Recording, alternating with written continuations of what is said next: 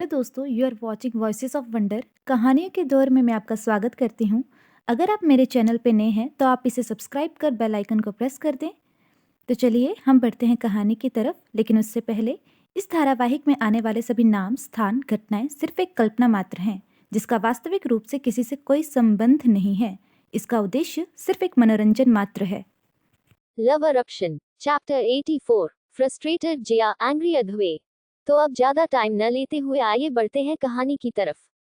तो दोस्तों, अब तक आपने देखा कि माहिर जीविका को अपनी बहन के बारे में बताता है कि वो एक ऐसे लड़के को पसंद करती है जो उसके लिए सही नहीं है, लेकिन वो उसे अद्वैय का नाम बताते हुए रुक जाता है क्योंकि वो जानता था कि अद्वैय जीविका का बिजनेस पार्टनर है और उसकी जिंदगी में उससे जुड़े कुछ ऐसे राज थे जिन्हें वो अपने सीने में दफनाए हुए था, जिन्हें वो अभी तो जीविका के साथ शेयर नहीं करना चाहता था। तो वही माहिर की बात सुन जीविका उसे माहिरा से फिलहाल कुछ भी कहने से मना करती है, क्योंकि उसे लग रहा था कि माहिर शायद अपनी बहन को लेकर कुछ ज्यादा ही ओवर रिएक्ट कर रहा है। क्योंकि माहिरा अब खुद समझदार थी और वो नहीं चाहती थी कि इसके चलते दोनों बहन भाई के बीच कल को लड़ाई हो जाए। वो चाहती थी कि माहिर अपनी बहन को थोड़ा वक्त दे। हो सकता था कि आज नहीं तो कल वो खुद ही इस बात को समझ जाए।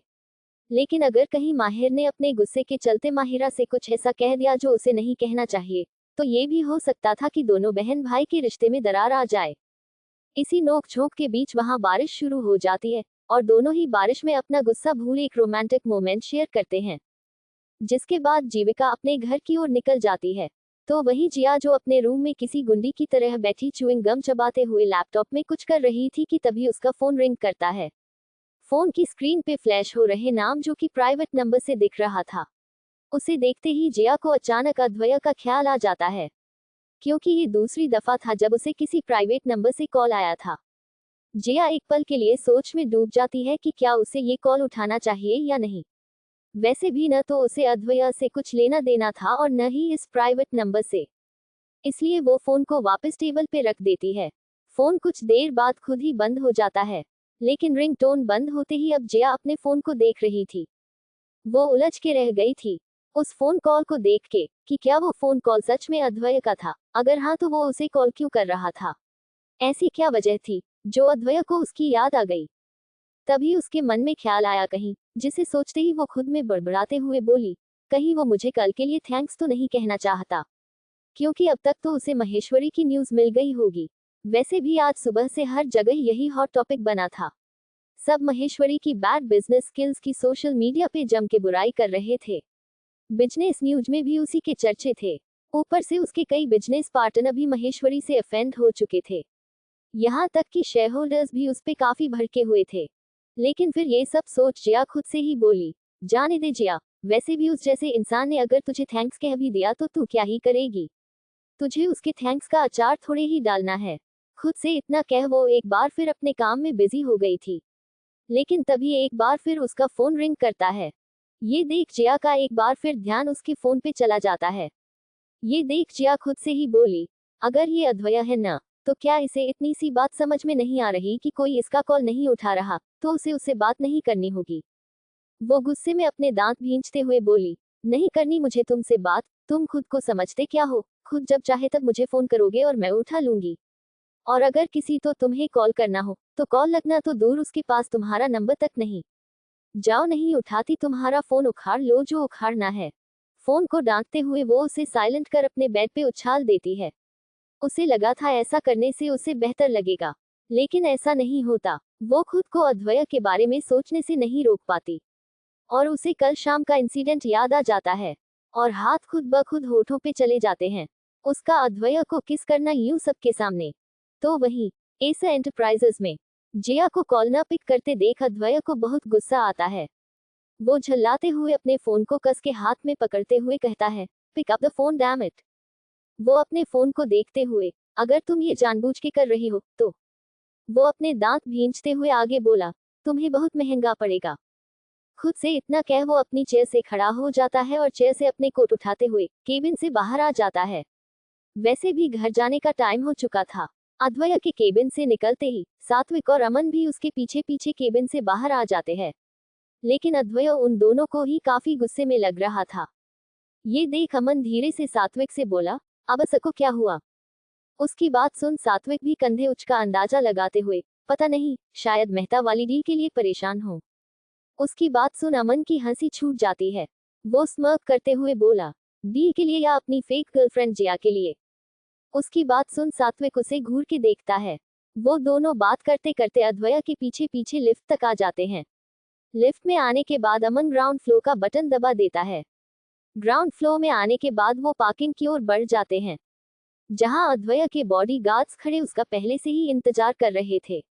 अद्वैया अपनी गाड़ी में जाके बैठ जाता है। अमन और सात्विक भी जाके गाड़ी में बैठ जाते हैं।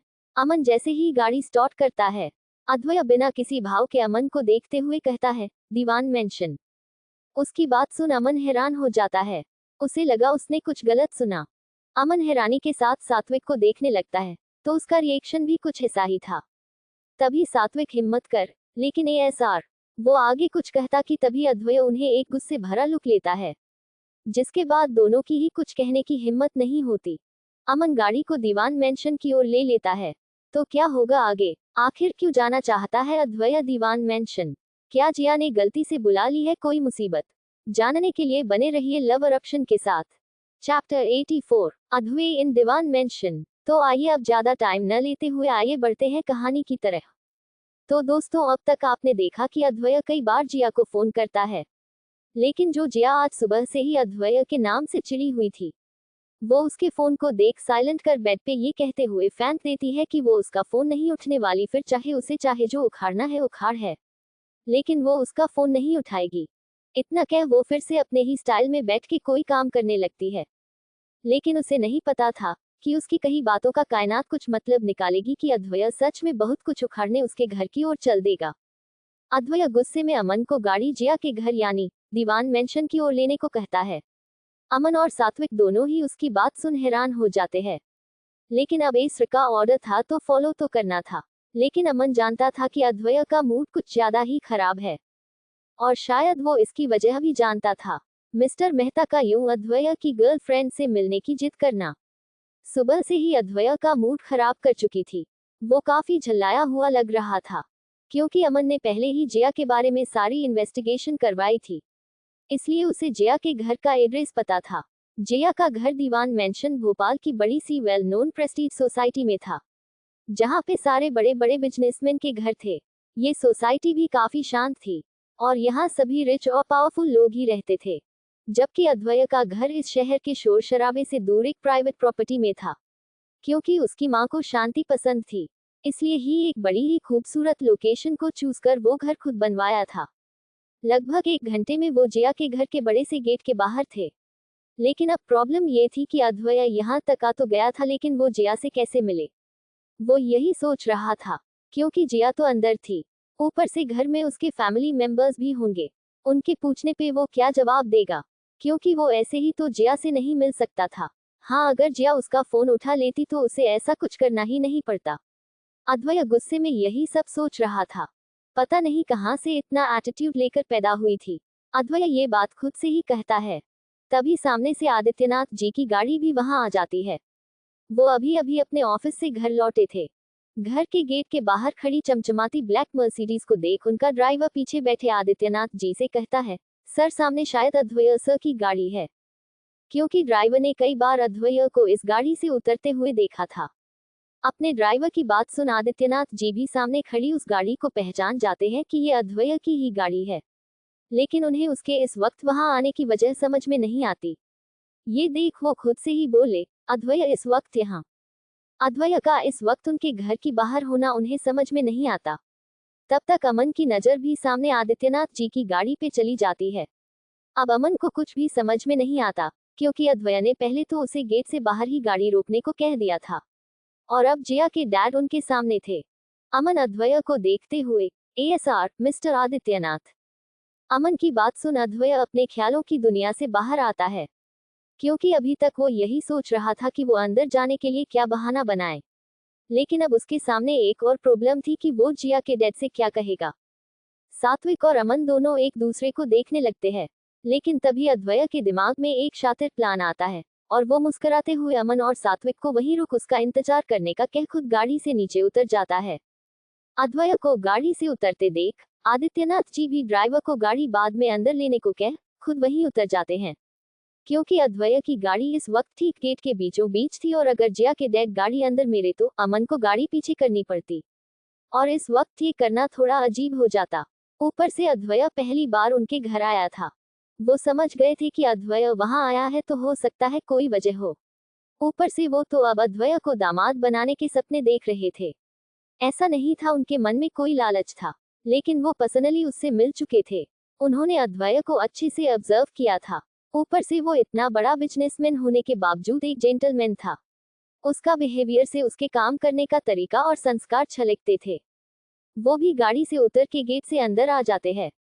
तभी वो अद्वैय को देख मुस्कुराते हुए कहते हैं, मिस्टर अद्वैय आप यहाँ। अद्वैय के होठों पे तिरछी मुस्कान तैर जाती है, लेकिन फिर वो अनजान बनते हुए पीछे पलट के देखता है तो वहां जया के डैड होठों पे बड़ी सी मुस्कान लिए उसे देख रहे थे। ये देख अद्वैय भी मुस्कुरा देता है। अद्वैय उन्हें देख मुस्कुराते हुए, गुड इवनिंग अंकल वो। अद्वैय आगे कुछ कहता कि तभी जया के डैड उसे पहले अंदर चलने को कहते हैं। अद्वैय तो वैसे भी यही चाहता था, घर के अंदर जाने की एंट्री जो उसे मिल गई थी। उसका आधा काम हो चुका था। अद्वैय उनके साथ घर के अंदर आ जाता है। आदित्यनाथ जी अद्वैय को अपने साथ अंदर हाल में ले आते हैं। वो अद्वैय को सोफे की ओर इशारा करते हुए बैठने को कहते हैं और फिर सर्वेंट को बुला चाय नाश्ते का इंतजाम करने को कहते हैं। लेकिन अद्वैय उन्हें ऐसा करने से मना करता है, लेकिन आदित्यनाथ जी उसकी बात को बीच में काटते हुए कहते हैं कि वो आज पहली बार उनके घर आया है, वो उसे ऐसे ही नहीं जाने देंगे।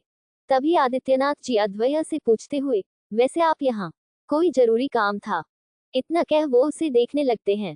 आदित्यनाथ जी की बात सुन अद्वैय मुस्कुराते हुए, नहीं अंकल इतनी भी जरूरी नहीं, वो नक्श मेरा भाई जिया का कॉलेजमेट है, इसलिए उसने कहा था कि उसके कोई नोट्स जिया के पास है तो मैं वो लेते हुए आऊं। अद्वैय की बात सुन आदित्यनाथ जी अद्वैय के वहां आने की वजह समझ जाते हैं। वो मुस्कुराते हुए, हम अभी जिया को बुलाते हैं। इतना कह वो एक सर्वेंट को आवाज लगाते हुए बोले, नीलू। नीलू थोड़ी ही देर में वहां आ जाती है। जी साहब आपने बुलाया? नीलू उनसे पूछते हुए। आदित्यनाथ जी नीलू से कहते हैं, नीलू जाओ जिया को बुला के लेके आओ, उससे कहना कि मिस्टर अद्वैय आए हैं।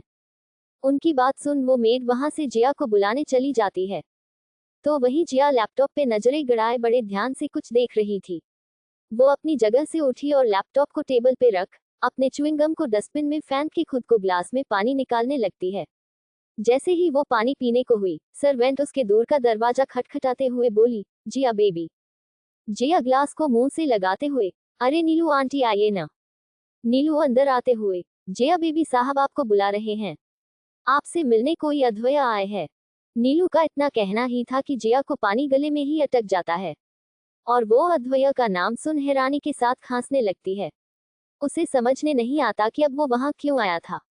उसकी हालत खांसने की वजह से खराब होने लगी थी। आंखें लाल और चेहरे पे परेशानी साफ देखी जा सकती थी। एक पल के लिए तो उसे लगा जैसे उसने कुछ गलत सुना है। तो वहीं हॉल में आदित्यनाथ को किसी से बातें करते सुन जिया की दादी भी रूम से बाहर आ जाती है। हॉल में इतने हैंडसम लड़के को देख वो खुश हो जाती है। और वैसे भी दादी की नजर तो थी ही पारखी। वो उन्हें देखने में बिल्कुल उनके किसी टीवी सीरियल का में लीड लग रहा था, क्योंकि वो था ही इतना हैंडसम। तो बाहें बाहर गाड़ी में बैठे अमन और सात्विक दोनों ही आपस में अद्वैय के बारे में बातें कर रहे थे। सात्विक बोला, तुझे क्या लगता है एएसआर जिया को माना पाएंगे? उसकी बात सुन अमन मुस्कुराते हुए, मुझे तो लगता है जिया मान जाएगी। वैसे भी जो लड़की असर को एक लॉस से बचाने के लिए इतनी दूर पैराडाइज होटल तक जा सकती हो, वो बॉस के लिए इतना तो कर ही सकती है। अमन की बात सुन सात्विक बोला, वो ये सब असर के लिए नहीं बल्कि उस कोलैबोरेशन के लिए कर रही है जो असर और दीवान ग्रुप के बीच में है। सात्विक की बात सुन अमन बोला, वजह चाहे जो भी हो, मुझे लगता है जिया मान जाएगी। वैसे आपको क्या लगता है, क्या अद्वैय जिया को मना पाएगा? और कैसे रिएक्ट करेगी जिया अद्वैय को अपने घर में देख के? और क्या रिएक्शन होगा ड्रामेटिक दादी का इतने हैंडसम लड़के को देख के? जानने के लिए बने रहिए लव अरप्शन के साथ। दो दिल इनडायरेक्ट रीफ चैप्टर 87। तो आइए अब ज्यादा टाइम न लेते हुए बढ़ते हैं कहानी की तरफ। तो अब तक आपने देखा कि अद्वैय दीवान मेंशन में आदित्यनाथ जी के सामने बैठा था। उसने बड़ी आसानी से झूठ कह दिया, और झूठ भी ऐसा वैसा थोड़े ही, अपने भाई नक्श का सहारा लेकर जिसका इससे कोई लेना देना ही नहीं था। जिया से नक्श के नोट्स लेने के बहाने वो वहां बैठा था, जबकि अद्वैय इस बात से बेखबर था कि दोनों इतने कामचोर थे कि कभी नोट्स बनाते ही नहीं थे। जिया तो कई बार नोट्स के बहाने बादल ड्रॉ करती रहती थी, और उसकी ये आदत तो अब वेदांत को भी पता थी। वैसे आप में से कितनों ने ऐसा किया है कॉलेज में, कॉमनेट में जरूर बताना। वैसे मैं तो अद्वैय के इंटेलिजेंट दिमाग को देख हैरान हूँ। पता नहीं लोग इतना दिमाग लाते कहाँ से हैं। तभी आदित्यनाथ जी नीलू को जिया को बुलाने के लिए भेज देते हैं। ये सब करते हुए अद्वैय के होठों पे एक विनिंग मुस्कान थी, जैसे वो कोई बहुत बड़ी जंग जीत गया हो। वो अपने होठों पे आए स्माइल को अपने हाथ की उंगलियों के पीछे छुपाए हुए था। उसे आज अपनी ही हरकत पे हंसी आ रही थी। लोग ऐसी बेवकूफियां अक्सर प्यार में करते हैं, लेकिन यहाँ जानी दुश्मन होने के बावजूद भी दोनों के रास्ते हर बार आपस में उलझ जाते थे। इस वक्त अद्वैय ऐसे प्रिटेंड कर रहा था कि वो कितना अच्छा इंसान है।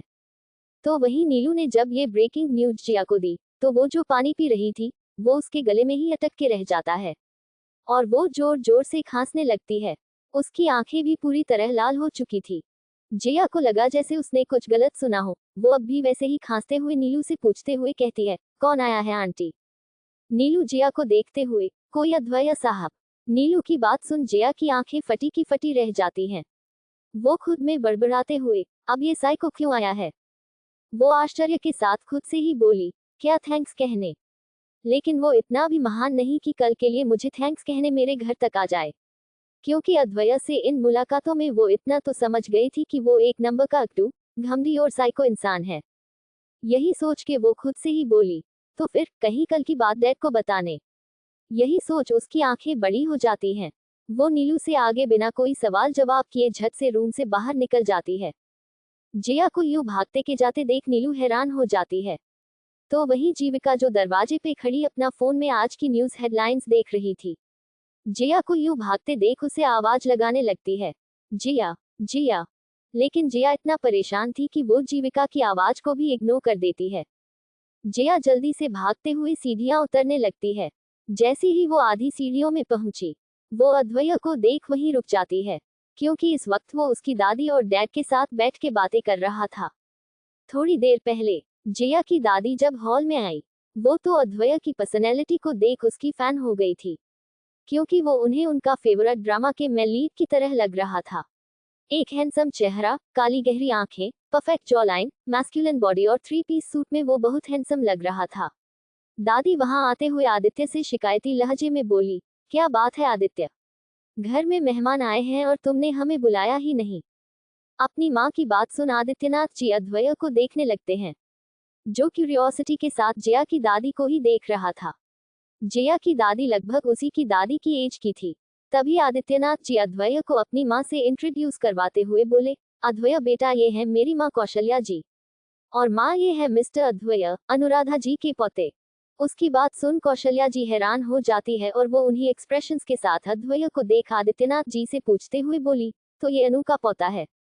उन्हें यूं अपनी दादी को अनु कहते देख अद्वैय भी हैरान हो जाता है, लेकिन फिर वो अपनी हैरानी साइड में रख अपनी जगह से खड़े होते हुए उनके पांव छू लेता है, क्योंकि वो एज में उससे काफी बड़ी थी, और उसे ऐसा लग रहा था जैसे वो उसकी दादी को पहले से ही जानती हूँ। अद्वैय का ये जेस्चर उन्हें बहुत अच्छा लगता है। ये देख कौशल्या जी अद्वैय को देख मुस्कुराते हुए बोली, तुम अपनी दादी को साथ नहीं लाए? अगर वो आती तो मुझ बुढ़िया को भी कंपनी मिल जाती। कौशल्या जी की बात सुन अद्वैय मुस्कुरा देता है, लेकिन फिर वो उनसे पूछते हुए, वैसे आप दादी को कैसे जानती हैं? ये देख कौशल्या हल्का नाराजगी भरे लहजे में बोली, क्या उसने तुम्हें बताया नहीं? इतना कह वो उसे देखने लगती है। अद्वैय उनसे पूछते हुए, क्या नहीं बताया?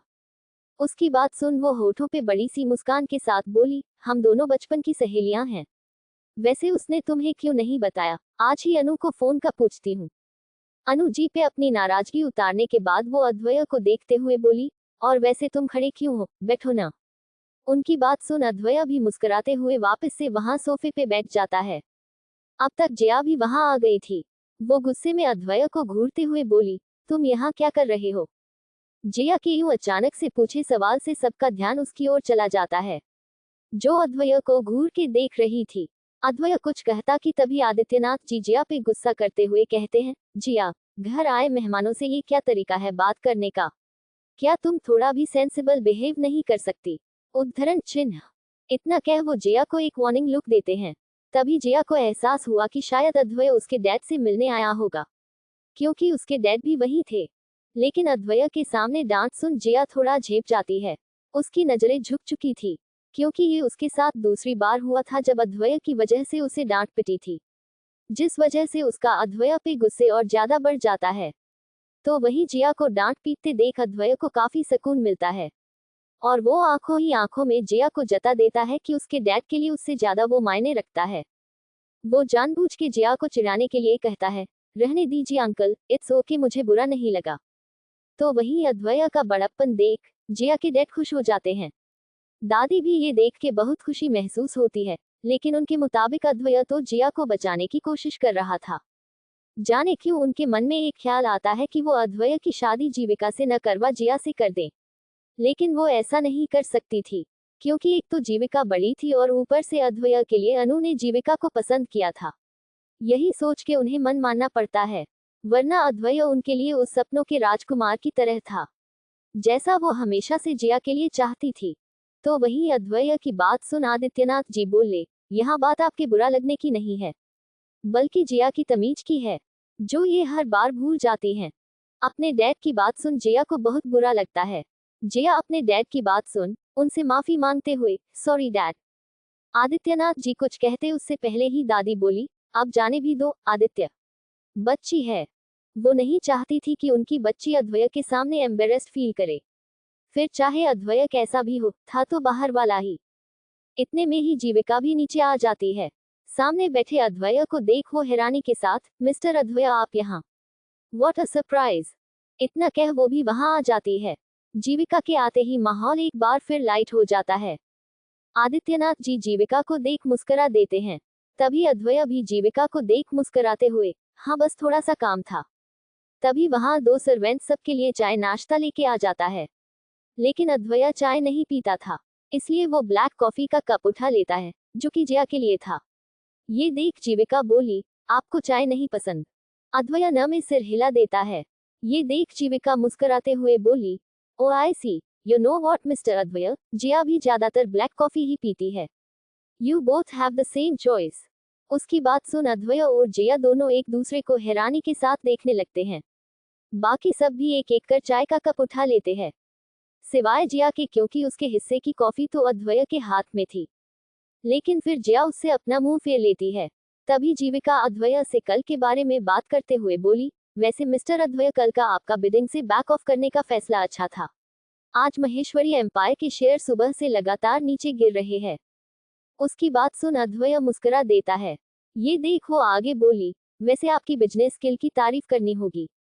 शायद आप पहले से ही जानते थे कि वहां क्या होने वाला है। एम आई राइट? लेकिन जीविका की बात सुन अद्वैय और जिया दोनों ही उस मोमेंट को याद करने लगते हैं। अद्वैय जानता था कि अगर कल जिया उसे नहीं रोकती तो वो उस लैंड को कब का परचेस कर चुका होता। तो वही जिया मन में चिढ़ते हुए, बिजनेस स्किल माय फुट, पता नहीं कैसा बिजनेसमैन है। तभी अद्वैय कहता है, हाँ वो किसी बहुत ही खास इंसान ने कल वक्त रहते इन्फॉर्म कर दिया था कि वो लैंड सही नहीं है, बस इसलिए। इतना कह वो एक नजर जिया को देखता है, जो फटी आंखों से उसे ही देख रही थी। खास इंसान उसके दिमाग में बार बार यही गूंज रहा था, और उससे भी हैरानी की बात ये थी कि भले ही इनडायरेक्टली ही सही, लेकिन वो उसकी तारीफ कर रहा था। ये देख जिया का हंसने का मन कर रहा था। तभी जिया वहां से जाने लगती है, क्योंकि अब वहां रहना बेवकूफी थी। लेकिन तभी अद्वैय उसे रोकते हुए, जिया, तुम कहाँ जा रही हो? मैं तुमसे मिलने ही तो आया हूँ। अद्वैय की बात सुन जिया के कदम वहीं थम से जाते हैं और वो परेशान हो जाती है कि जाने उसके डैड क्या ही सोचेंगे। इसी डर में वो पलट के भी नहीं देखती। तो गाइस, जिया अद्वैय के यूं रोक जाने से है परेशान। तो होगा आगे, क्या अद्वैय जिया को मना पाएगा उसके साथ मिस्टर मेहता से मिलने के लिए? जानने के लिए बने रहिए लव अरप्शन के साथ। चैप्टर 88, अद्वैय के टेक्स्ट मैसेज। तो आइए अब ज्यादा टाइम न लेते हुए बढ़ते हैं कहानी की तरफ। तो अब तक आपने देखे कि अद्वैय को अपने घर में देख जिया को बिल्कुल अच्छा नहीं लगता, क्योंकि अद्वैय उसके लिए सिर दर्द से ज्यादा कुछ नहीं था। लेकिन उसकी फैमिली के लिए तो वो मानो जैसे कोई ग्रीक गॉड हो, जो सब उसे इतनी रिस्पेक्टफुल नजरों से देखते थे। वो जानती थी कि अगर वो वहां थोड़ी देर और रही तो वो अद्वैय को देख उसका गुस्सा और ज्यादा बढ़ता जाएगा, इसलिए वो वहां से जाना चाहती थी। लेकिन जैसे ही वो वहां से जाने को हुई, तभी पीछे से अद्वैय उसे आवाज लगाते हुए, अरे जिया तुम कहाँ जा रही हो? मैं तुम्ही से मिलने तो आया हूँ। भले ही बाकी सब सुनने वालों को ये थोड़ा अजीब लगे, लेकिन जिया के लिए ये अजीब होने के साथ साथ शॉकिंग भी था। बस अद्वैय का इतना कहना ही था कि जिया के कदम एकदम से वहीं रुक जाते हैं और वो वहीं जम सी जाती है, क्योंकि अद्वैय ने जो कहा था इसके बाद उसके डैड, दादी और उसकी बहन उसके बारे में जाने क्या ही सोचते होंगे। यही बात सोचते हुए उसके माथे पे बल पड़ जाते हैं। वो पलट के अद्वैय को घूर के देखती है, जो मुस्कुराते हुए उसे ही देख रहा था। अद्वैय की बातें सुन जीविका और दादी दोनों ही अर्नव को क्यूरियोसिटी के साथ देखने लगती हैं। दादी को लगा कहीं अद्वैय उनकी छोटी बेटी को ही तो पसंद नहीं करता, वरना जिया से मिलने आया है से अद्वैय का क्या ही मतलब था। दादी अपने ही हवाई महल बनाने में लगी हुई थी। बस इसी वजह से जिया अपनी दादी के टीवी सीरियल के देखने के खिलाफ थी, क्योंकि उनका दिमाग हर वक्त कुछ न कुछ उल्टा सीधा सोचता रहता था, जैसे कि अभी। लेकिन अद्वैय थोड़ी ही देर में उनकी ऐसी सोच के विराम लगाने वाला था। कोष्टक। तभी जीविका होठों वो हल्की मुस्कान के साथ पूछते हुए, मिस्टर अद्वैय आप जीयू से मिलने आए हैं? ये पूछते हुए जीविका की होठों पे मुस्कान और आंखों में हैरानगी साफ देखी जा सकती थी, क्योंकि उसने खुद दोनों को चूहे बिल्ली की तरह लड़ते देखा था। ये याद करते ही उसे अद्वैय का जिया से मिलने आना कुछ डाइजेस्ट नहीं होता। जिया अद्वैय को घूर के देखती है, जैसे कह रही हो अपने शब्दों को वापस ले ले। ऐसा कह के वो क्या साबित करना चाहता है? तो वही अद्वैय को जिया के एक्सप्रेशंस को देख के काफी हंसी आ रही थी। ऐसा नहीं था कि वो जिया के ऐसे रिएक्शन का मतलब नहीं समझता था। वो बखूबी जानता था कि जिया के दिमाग में क्या चल रहा था, क्योंकि उसके माथे पे डर और चिंता की लकीरें साफ दिख रही थी। तभी आदित्यनाथ जी को ऐसा लगा जैसे जीविका अद्वैय को लेकर कुछ ज्यादा ही क्यूरियस है। उन्हें भी जीविका के मन में अद्वैय के लिए फीलिंग्स होने का एहसास हो जाता है। इसका मतलब था कहीं ना कहीं उनकी बेटी भी अद्वैय को पसंद करती है, जबकि ऐसा कुछ नहीं था। वो तो जस्ट यूं ही पूछ रही थी। तभी अद्वैय जीविका को देख हाँ में सिर हिलाते हुए फिर जिया को देख बोला, हाँ मैं जिया से ही मिलने आया हूँ। अद्वैय की बातों का कुछ और ही मतलब निकल के आ रहा था। ये देख जिया उस पे भड़कते हुए, क्या बकवा स वो आगे कुछ कहती कि तभी उसे ध्यान आता है कि उसके डैड भी वही हैं और वो नहीं चाहते कि जिया और अद्वैय लड़ाई करें। इसलिए जिया अपनी वॉइस को नॉर्मल कर उससे पूछते हुए, वो क्या मैं पूछ सकती हूँ क्यों? आप यहाँ क्यों आए हैं? अद्वैय को जिया को यूं भीगी बिल्ली बनते देख बहुत मजा आ रहा था। कहीं न कहीं अद्वैय समझ गया था कि जिया अपने डैड से बहुत डरती है और वो उनके सामने उसे कुछ भी ऐसा वैसा नहीं कहेगी, और इसी बात का वो भरपूर फायदा उठा रहा था। उसकी होठों की मुस्कान जाने का नाम ही नहीं लेती, जबकि जिया के एक्सप्रेशंस उसे यूं हंसते देख और ज्यादा बेकार होते जा रहे थे। उसका बस चलता तो वो अभी अद्वैय को उठा के बाहर फेंक देती। तभी आदित्यनाथ जी जीविका से बोले, हाँ वो जिया का दोस्त नक्श, उसके नोट्स जिया पास रह गए हैं, इसलिए उसने अपने भाई मेरा मतलब है अद्वैय को जिया से नोट्स लेने को कहा है। आदित्यनाथ जी की बात सुन अब जाके दादी और जीविका को सारा माजरा समझ में आता है। तो वही अपने डैड की बात सुन जिया को समझ में नहीं आता कि वो हंसे या रोए। कौन से नोट्स, कैसे नोट्स? पिछले 2.5 सालों में नक्श ने एक भी पेज लिखा था क्लास में, जो अद्वैय मुंह उठा के उससे नोट्स मांगने चलाया था। जिया ये सोचते ही हंसते हुए अद्वैय का मजाक बनाते हुए बोली, आयुषो नक्श के नोट्स मेरे पास है, तुम्हें कहीं कोई गलतफहमी तो नहीं हुई? जिया को यूं हंसते देख आदित्यनाथ जी बोले, जिया अद्वैय को उसकी हंसी का मतलब समझ में नहीं आता, और वैसे भी वो तो यहाँ बहाना बना के आया था, इसका नोट से तो कोई लेना देना था ही नहीं। जिया नक्श का मजाक बनाते हुए बोली, वैसे कभी आपको टाइम लगे तो उससे पूछिएगा कि उसने कौन से सब्जेक्ट के नोट्स बनाए हैं, और अगर वो आपको बता दे तो मुझे भी बता देना। इतना कह वो हंसने लगती है। जिया की बात सुन अद्वैय को समझ में आ जाता है कि वो उसके भाई का मजाक बना रही है, लेकिन वो भी कहाँ कम था। अद्वैय जिया से, ये तुम उससे खुद ही क्यों नहीं पूछ लेती? तुम जाके पहले अपना फोन चेक क्यों नहीं करती? नक्श ने मुझसे कहा था कि उसने तुम्हें टेक्स्ट भी किया है। जिया कहीं न कहीं अद्वैय की बातों का मतलब खूब अच्छे से समझ रही थी।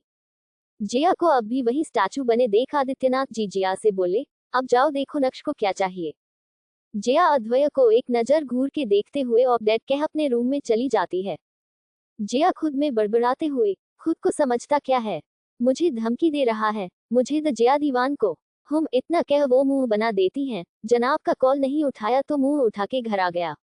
इडियट, नॉनसेंस, साइको, बड़ा आया नक्श के नोट्स मांगने वाला।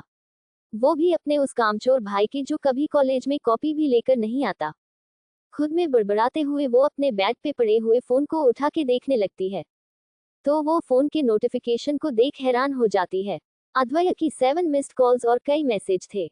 वो जल्दी से अपने फोन का मैसेजिंग चेक करती है।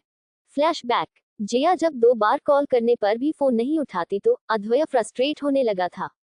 वो जिया को पहला टेक्स्ट करता है। Text 1, Jiya picked up the call. Right now it's urgent. Advaya ने कोशिश की थी कि जिया को गुस्सा न आए और वो उसका कॉल पिक कर ले, लेकिन एक बार फिर कॉल करने पर भी वो नहीं उठाती। दूसरा मैसेज, देखो जल्दी कॉल उठाओ वरना तुम्हारे लिए अच्छा नहीं होगा।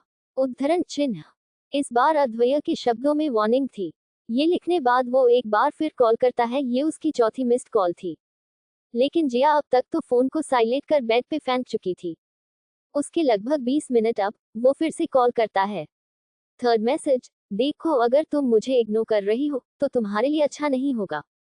इससे अगले मैसेज में अब अद्वैया अपने असली रंग में आ जाता है, क्योंकि ये उसके पेशेंस की लिमिट थी जो जिया ने पार कर दी थी। वो लिखता है। फोर्थ मैसेज, कहीं ऐसा ना हो मैं आज ही तुम्हारे डैड के साथ कोलैबोरेशन कैंसिल कर दूं। ये लास्ट टेक्स्ट था, लेकिन ये टेक्स्ट पढ़ के जिया के माथे पे बल पड़ जाते हैं, यानी कि अद्वैया यहाँ डैड के साथ कोलैबोरेशन कैंसिल करने आया है। इतनी छोटी सी बात पे अब क्या करूं जिया, सोच, कुछ तो सोच। यही सब सोचते हुए वो परेशानी में अपने माथे को पकड़ लेती है।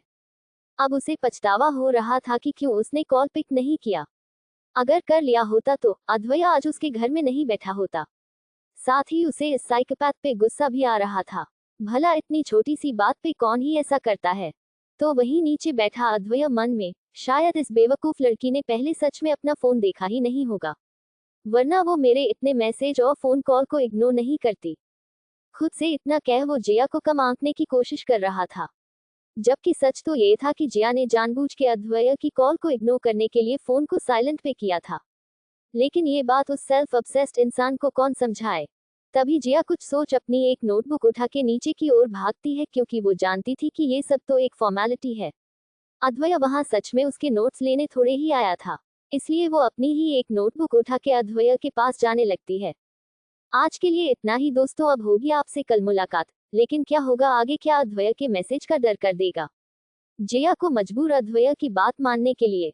आपको क्या लगता है कमेंट में जरूर बताना, और कहानी में आगे क्या हुआ जानने के लिए बने रहिए लव eruption के साथ। लेकिन आप जाने से पहले लाइक, शेयर और कमेंट करना न भूले। चैप्टर 89, कनिंग अद्वेष ऑफ जिया। तो आइए अब ज्यादा टाइम न लेते हुए बढ़ते हैं कहानी की तरफ। तो दोस्तों, अब तक आपने देखा कि जिया परेशान थी जब अद्वैया उससे कहता है कि वो वहां उससे मिलने आया है। उसे डर था कि घर वाले जाने ही उसके बारे में क्या सोचेंगे।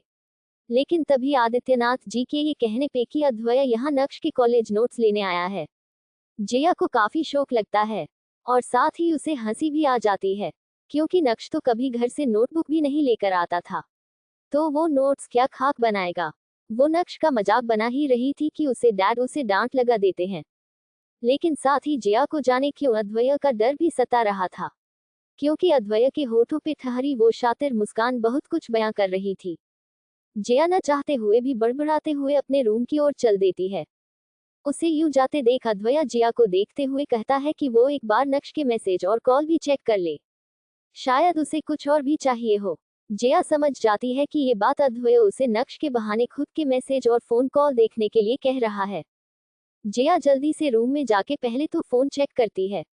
अद्वैया का लास्ट मैसेज पढ़ने के बाद वो घबरा जाती है, जिसमें अद्वैया ने दोनों कंपनी के कोलैबोरेशन को कैंसिल करने की बात कही थी। वो जल्दी से अपनी एक नोटबुक लेकर नीचे को भागती है। उसे डर था कि कहीं उसकी 1 मिनट की भी देरी प्रोजेक्ट कैंसिल न कर दे। तो वही अद्वैया जानता था कि आगे क्या होने वाला है, इसलिए वो आराम से बैठ के अपनी उस कॉफी को खत्म करता है। अद्वैया अपनी घड़ी को देखते हुए मन में, अब तक तो तुमने मैसेज देख लिए होंगे मिस दीवान, तुम ठीक 5 गिनने तक मेरी आंखों के सामने होगी। तुमने मुझे कम समझने की भूल कर दी। तुम्हें मुझे यूं इग्नोर नहीं करना चाहिए था जिया, क्योंकि अद्वैया को ये बर्दाश्त नहीं कि कोई उसके खिलाफ जाए। उद्धरण चिन्ह 1 2 3 4 वो 5 काउंट करता कि इतने में ही जिया भी भागते हर वहां आ जाती है, जिसके चेहरे पे 12 बजे हुए थे। जिया को ऐसे हड़बड़ाया हुआ देख जीविका हैरानी के साथ उसे देखने लगती है। वो हल्की मुस्कुराहट के साथ उससे पूछते हुए, क्या बात है जियो, तू इतनी हड़बड़ाई हुई क्यों लग रही है? जीविका की बात सुन दादी और आदित्यनाथ जी भी उसे देखने लगते हैं। अद्वैय तो पहले ही तिरछी मुस्कान के साथ उसकी ओर देख रहा था। सबको यूं खुद को घूरता हुआ पाकर जिया जल्दी से कोई बहाना ढूंढते हुए बोली, अरे दी कैसी बात करती हो, वो तो मैं भागते हुए गई और आए इसलिए। जिया को यूं झूठ कहते देख अद्वैय अपनी हंसी दबाए हुए था। जिया उसकी मुस्कुराहट का मतलब अच्छे से समझती थी, इसलिए वो भी बनावटी मुस्कान के साथ बोली, और वो क्या है नदी, मेरे टाइम का तो कुछ नहीं लेकिन मिस्टर साई। वो साई को कहते हुए रुक जाती है, क्योंकि वो अपने डैड के सामने उसे ऐसा नहीं कह सकती थी। आज से पहले जिया ने खुद को इतना लाचार कभी महसूस नहीं किया था।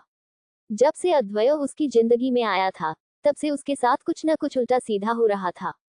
तभी जिया खुद को करेक्ट करते हुए अद्वैय को देख तंजिया लहजे में बोली, इनका टाइम तो बहुत कीमती है ना, बस इसलिए। इतना कह जिया जल्दी से अद्वैय के सामने वो कॉपी कर देती है। अद्वैय विनिंग स्माइल के साथ उस नोटबुक को ले लेता है। तभी अद्वैय जिया को देख सवाल करते हुए कहता है, उसने कुछ और तो नहीं कहा ना? मेरा मतलब है नक्श ने, क्योंकि अगर ऐसा हुआ तो कहीं मुझे फिर से न आना पड़े। और तुम तो जानती हो मेरा वक्त कितना कीमती है। अद्वैय की बात सुन जिया मन में फ्रस्ट्रेशन के साथ, कीमती वक्त माय फुट, घटिया इंसान। जिया अद्वैय की इनडायरेक्ट बातों का मतलब अच्छे से समझ रही थी कि वो उससे उसके टेक्स्ट मैसेजेस के बारे में पूछ रहा है, लेकिन वो मजबूर थी, इसलिए जिया अद्वैय को देखने में सिर हिला देती है। अद्वैय समझ जाता है कि जिया उसकी बातों का मतलब अच्छे से समझ चुकी है, इसलिए वो उसे देखते हुए, तो अब मैं भी चलता हूँ अंकल। इतना कह वो अपनी जगह से खड़ा हो जाता है। उसे यूं खड़े होते देख आदित्यनाथ जी भी अपनी जगह से खड़े होते हुए बोले, अरे बेटा इतनी भी क्या जल्दी है, डिनर करके जाओ। लेकिन अद्वैय उन्हें देख मना करते हुए, नहीं अंकल फिर कभी, अभी मैं चलता हूँ। तभी जीविका भी, हाँ मिस्टर अद्वैय डिनर बस थोड़ी देर में बन ही जाएगा। नहीं खाना है तो क्यों बार बार सब इसे पूछ रहे हैं? वैसे भी अगर इसने यहाँ डिनर किया तो कहीं मैं अपने गुस्से के चलते जहर ही न डाल दूं उसके खाने में। जिया मन में अद्वैय को देख कहती है, लेकिन अद्वैय जीविका से मना करते हुए कहता है, नहीं जीविका फिर कभी। इतना कह वो जैसे ही वहां से जाने को हुआ दादी पीछे से अद्वैय को आवाज लगाते हुए बोली, बेटा आते रहना। अद्वैय एक नजर जिया को देख तिरछा मुस्कुराते हुए, जी दादी आता रहूंगा। फिर वो अपनी नजर दादी पे करते हुए आगे की बात कहता है, लेकिन अभी मैं चलता हूँ। इतना कह वो जिया को देख अपनी एक आंख दबा देता है, लेकिन ये देख जिया अपना मुंह फेर लेती है। वो गुस्से में अपने हाथ की मुठ्ठियां भींचते हुए बोली, पता नहीं किस मनहूस घड़ी में इस साइको से पाला पड़ा था।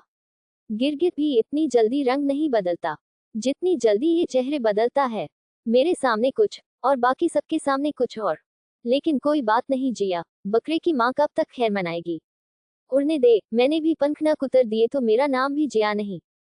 इतना कह वो अर्नव को जाते हुए देखने लगती है, और फिर गुस्से में पांव पटकते हुए अपने रूम में चली जाती है।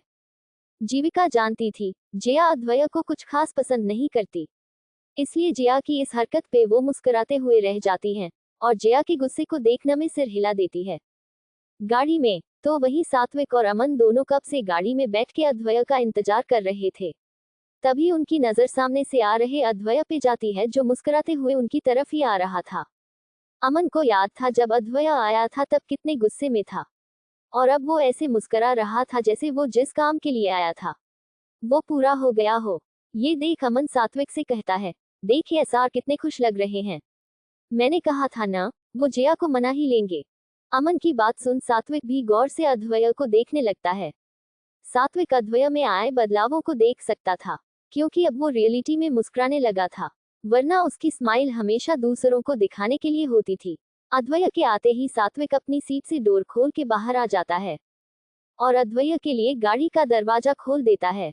अद्वैय अभी बड़े आराम से बैक सीट पे जाके बैठ जाता है, क्योंकि वो जिस काम के लिए आया था वो पूरा हो चुका था। वो अमन को देखते हुए, घर चलो। अमन, ओके एसआर। अमन गाड़ी स्टार्ट करते हुए उसे घर के रास्ते पे ले लेता है, लेकिन अमन से और कंट्रोल नहीं होता, क्योंकि उसका क्यूरियोसिटी बग जाग चुका था, क्योंकि बात जिया से जुड़ी जो थी, और वो दोनों के बीच की तना तनी अच्छे से जानता था। उसे तो अफसोस इस बात का था कि वो अंदर क्यों नहीं था, वरना वो भी ड्रामा एंजॉय करता। इसलिए वो अद्वैया से पूछते हुए, ए सीनियर क्या जिया मान गई? अमन का सवाल सुन सात्विक भी अद्वैया को देखने लगता है। उसकी बात सुन अद्वैया मुस्कुराते हुए, चिंता मत करो, वो भी मान जाएगी।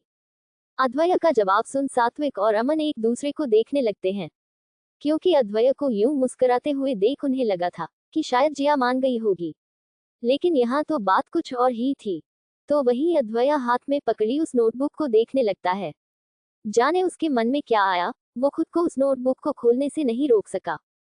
जैसे ही उसने नोटबुक खोल के अंदर से देखी, अद्वैया की आंखें हैरानी से चौड़ी हो जाती है। वो एक एक कर उस नोटबुक के पन्ने पलटने लगता है, लेकिन सब में जया ने बादलों की ड्राइंग की थी, जैसे कोई बेमन से जबरदस्ती क्लास में बैठ के अपनी बोरियत खत्म करने के लिए कुछ भी लिखते हैं। ये देख अद्वैया हंसने लगता है। उसकी हंसी रोके नहीं रुकती।